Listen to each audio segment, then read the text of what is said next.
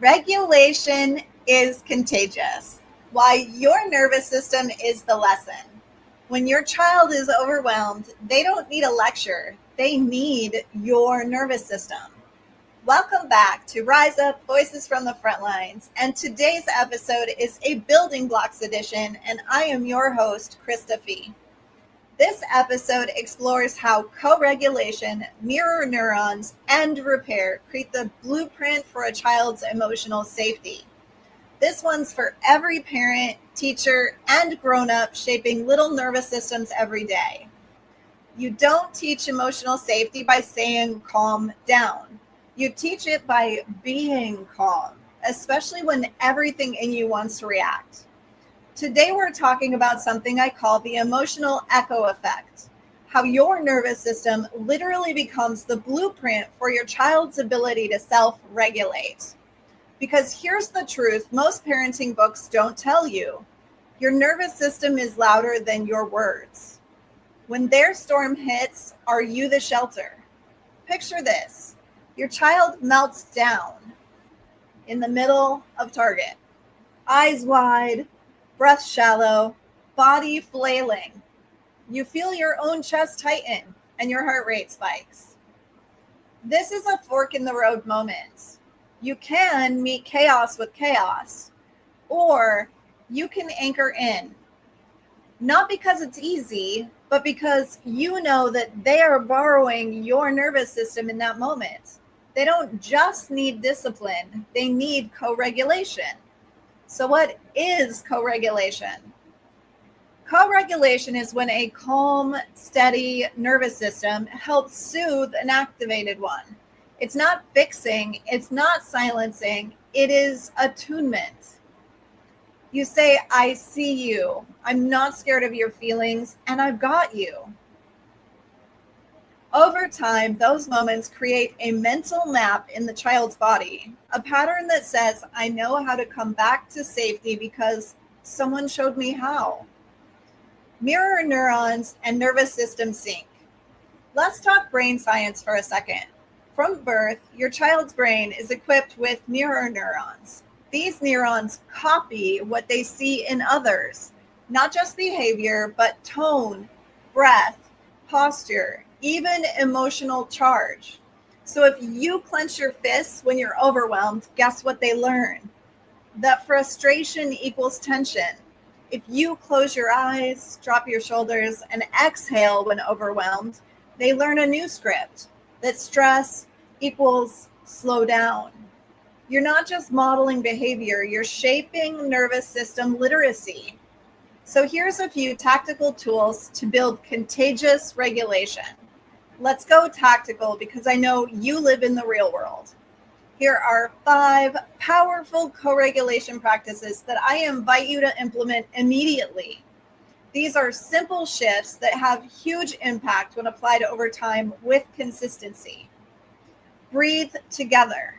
Literally sit beside your child or in front of your child, place your hand on your heart, and invite them to mirror your breath. Say something like, let's breathe like waves. The sync is where the magic happens.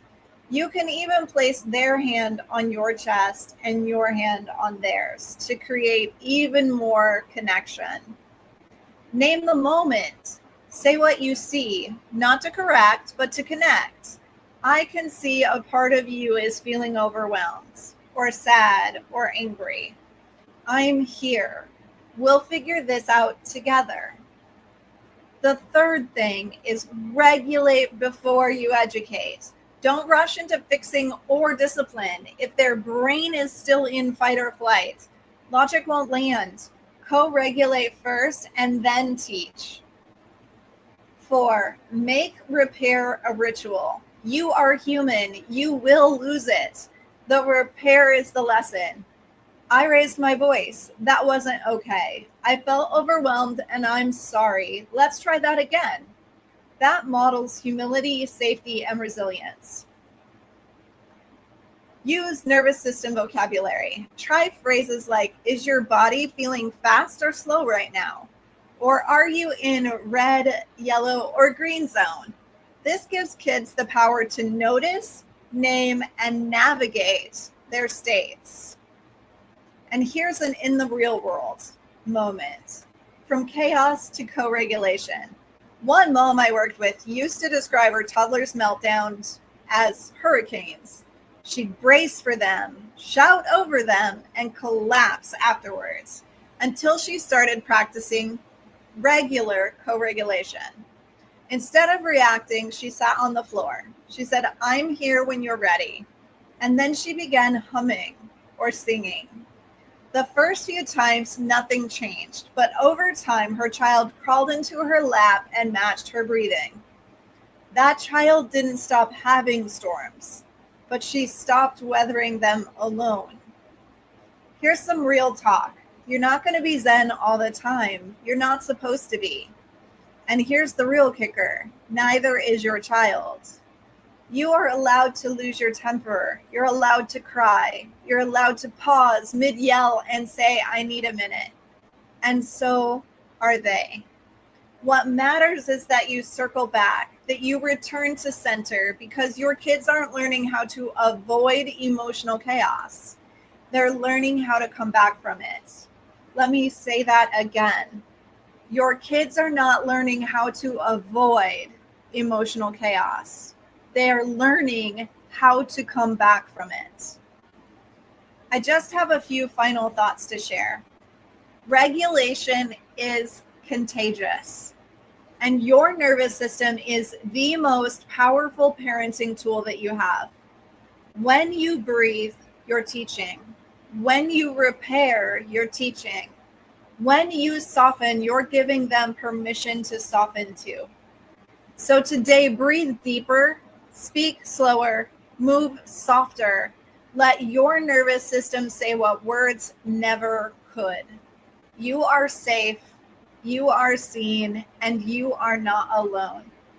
That is the Rise Up way.